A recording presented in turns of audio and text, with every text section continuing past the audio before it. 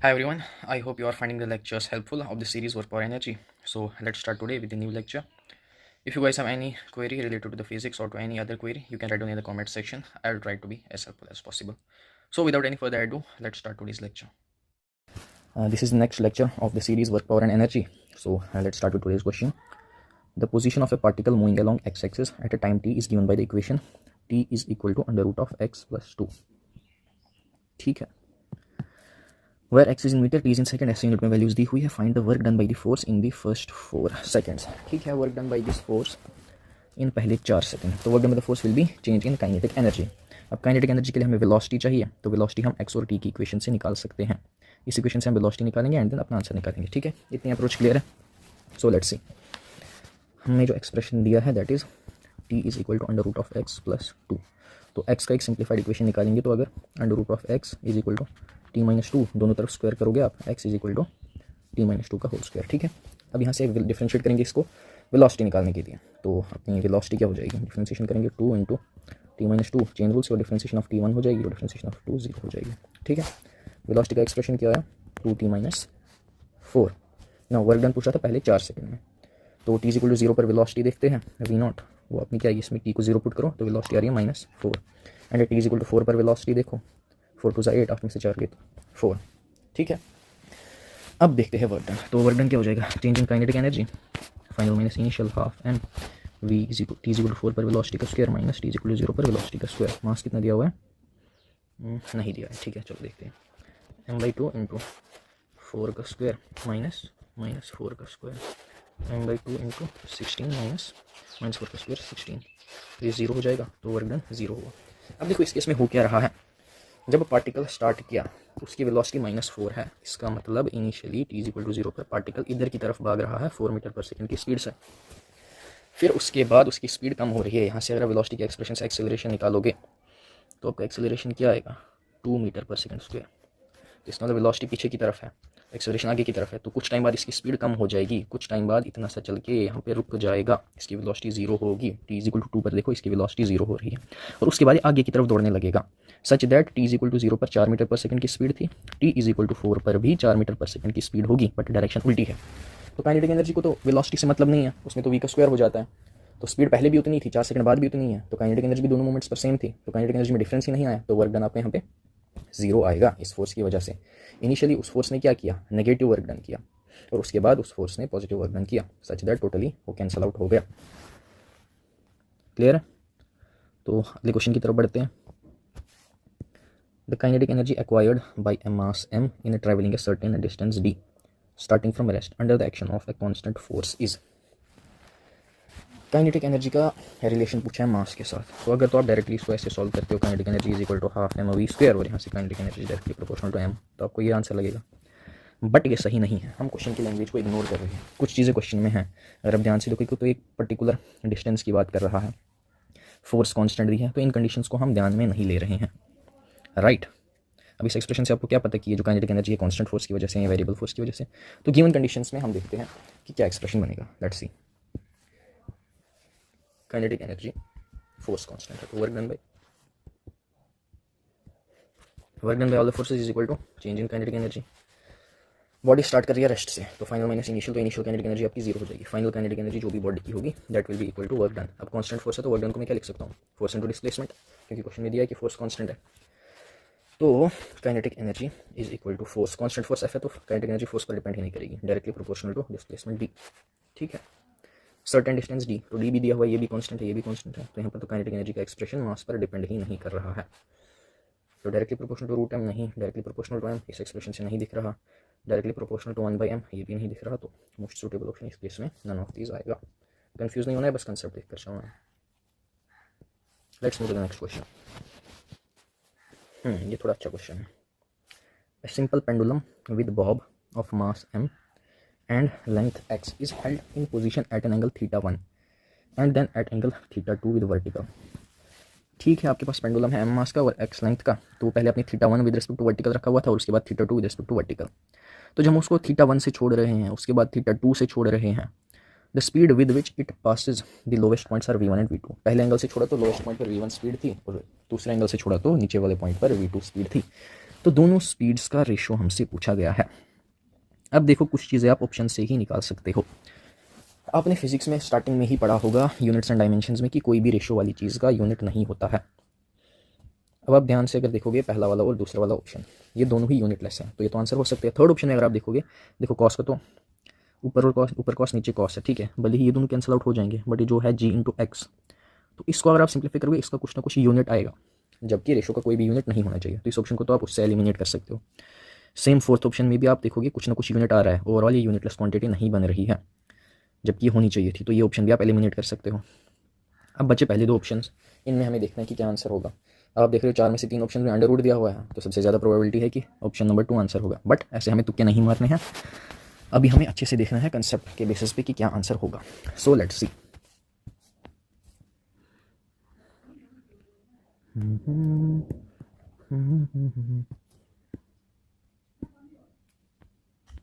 इसको पेस्ट कर देते हैं इधर, ठीक है। इसमें ये आपका वर्टिकल के रेस्पेक्ट में एंगल्स देखने हैं, तो इनिशियली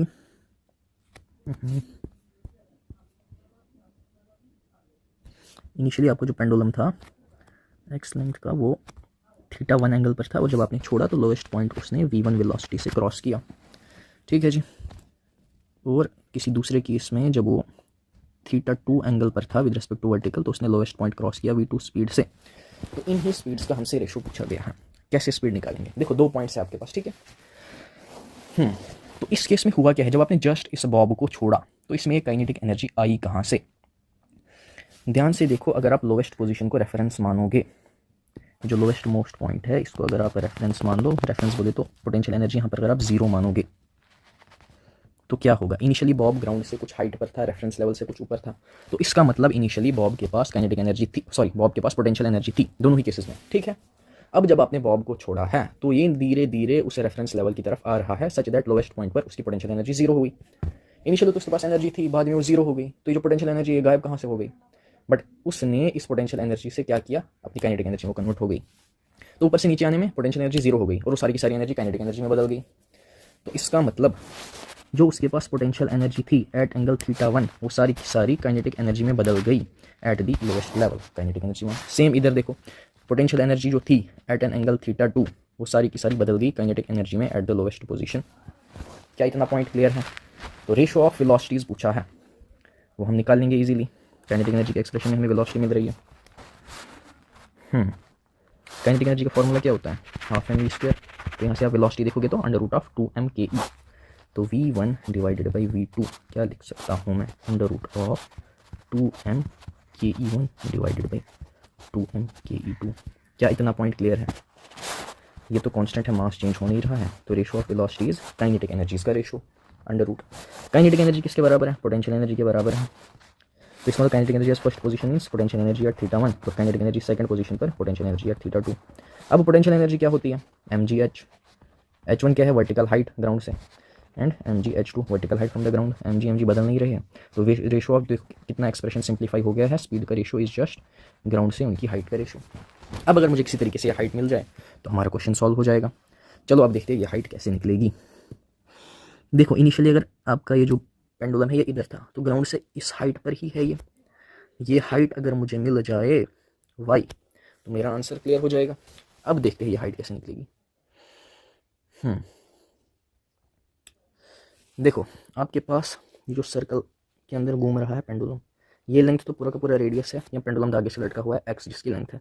तो इसके मैं अगर कंपोनेंट करना चाहूँ, इधर की तरफ थीटा है, तो इधर इसका कंपोनेंट कितना आएगा वर्टिकली, ये लेंथ कितनी हो जाएगी आपकी x cos θ1, कोई डाउट नहीं। और इसके परपेंडिकुलर ये लेंथ कितनी हो जाएगी x sin θ1। अब ध्यान से अगर आप देखोगे तो ये पूरी की पूरी लेंथ कितनी थी, यही तो रेडियस था, यही तो लेंथ थी बॉब की, ये x थी। इसमें ये लेंथ कितनी है x cos θ1। अब ये जो बची लेंथ है यही तो है वो हाइट, वर्टिकल हाइट ग्राउंड से जो मुझे चाहिए, यही तो h1 है। ध्यान से देखो आप, ये टोटल हाइट कितनी है, ये लेंथ ऑफ पेंडुलम है जो कि मुझे दिया हुआ है, ये x है। इतना क्लियर है, ठीक है। यही जब घूमा तो ये लेंथ भी पूरी x थी, यस और नो। अब एंगल θ1 दिया हुआ है, एंगल थीटा 1 है तो थीटा के अलॉन्ग कंपोनेंट कितना आता है कॉस वाला, तो ये लेंथ कितनी हो जाएगी एक्स कॉस थीटा 1। अब ये जो बची लेंथ है यही तो मैं निकालना चाह रहा हूँ, तो टोटल लेंथ एक्स, उसका एक हिस्सा एक्स कॉस थीटा, तो जो क्वेश्चन मार्क है बची हुई लेंथ ये कितना हो जाएगा आपका, यही तो हो जाएगा x minus x cos theta 1। ये चीज़ अगर समझ आ गई तो क्वेश्चन सॉल्व हो गया, बस इतना ही है क्वेश्चन में। सिमिलरली सेकंड केस में अगर आप देखोगे तो इधर देखो, चलो ध्यान से, इनिशियली सेम वही केस, पूरी लेंथ एक्स है, ये जब थोड़ा थीटा घूम गया ये भी एक्स है, इसके मैं कंपोनेंट देखना चाहता हूँ, तो ये एक्स है तो थीटा के अलॉन्ग ये हिस्सा कितना आएगा, जस्ट इतना एक्स कॉस थीटा 2, लेकिन ये पूरा का पूरा है कितना, ये एक्स है। अब ये जो बचा यही तो मेरा h2 है, यही तो हाइट है ब्लॉक इसकी, बॉब की जो ग्राउंड से ऊपर है, तो ये हाइट कितनी आएगी, h2 कितना आएगा, x minus x cos theta 2। ये समझ आया, तो बस अपना क्वेश्चन सॉल्व हो गया। रेशियो ऑफ वेलोसिटीज पूछा था, v1 डिवाइडेड बाई v2 वो कितना आ रहा था, under root of h1 minus h2, h1 h2 की वैल्यू डाल दो, h1 कितना है x minus x cos theta 1, h2 कितना है x minus x cos theta 2, under root of x minus x cos theta 1 divided by x minus x cos theta 2, x को common ले लो 1 minus cos theta 1 upon x को common 1 minus cos theta 2, x मर गया, तो answer क्या है, ratio of velocities is under root of 1 minus cos theta 1 divided by 1 minus cos theta 2। Yes और नो, क्लियर हो गया।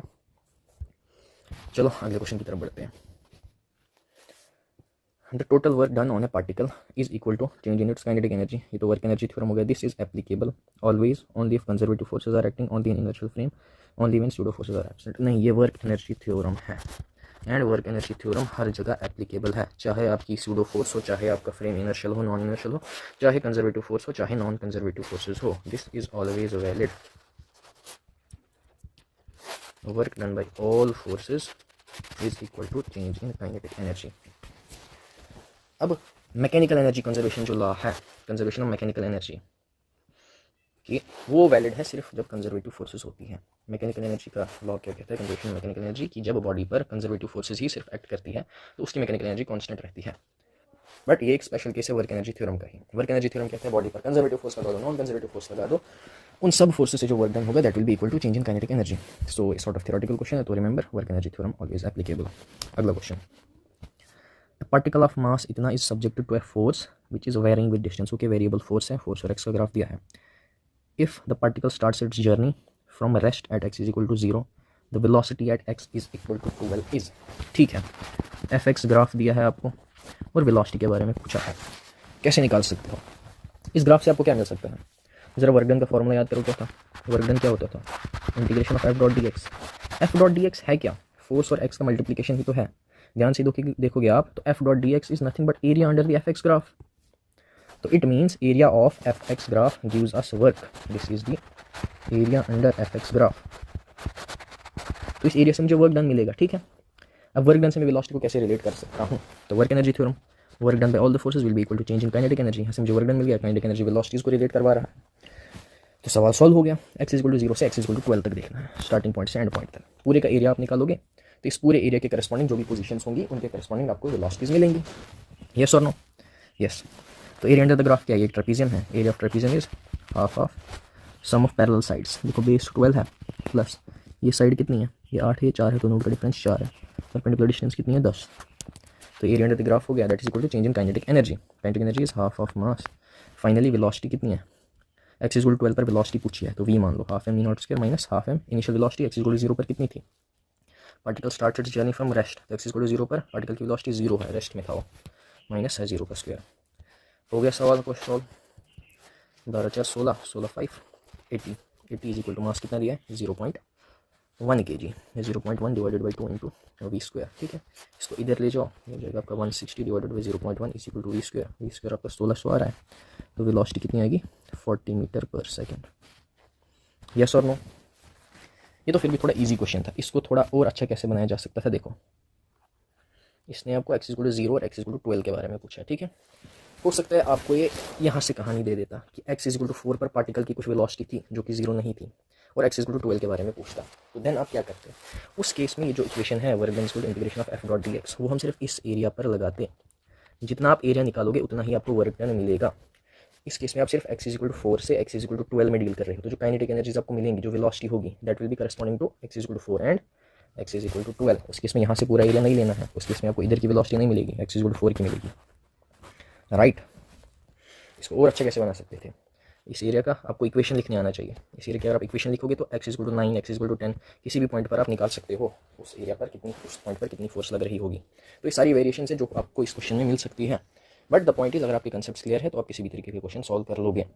ये जो सीरीज है, just give you an idea कि क्वेश्चन को देख के कैसे अप्रोच करना है। जो भी दिमाग में आपके अप्रोचेज आ रही होंगी वो सब लगा के देख लो एंड सी कि कहाँ पर आप गलत कर रहे हो, कौन सी अप्रोच आप गलत कर रहे हो, किस जगह गलत कर रहे हो। अदरवाइज वर्क एनर्जी थ्योरम से भी क्वेश्चन सॉल्व हो रहा है and work density integration of f dot D x, उससे भी क्वेश्चन सॉल्व हो रहा है।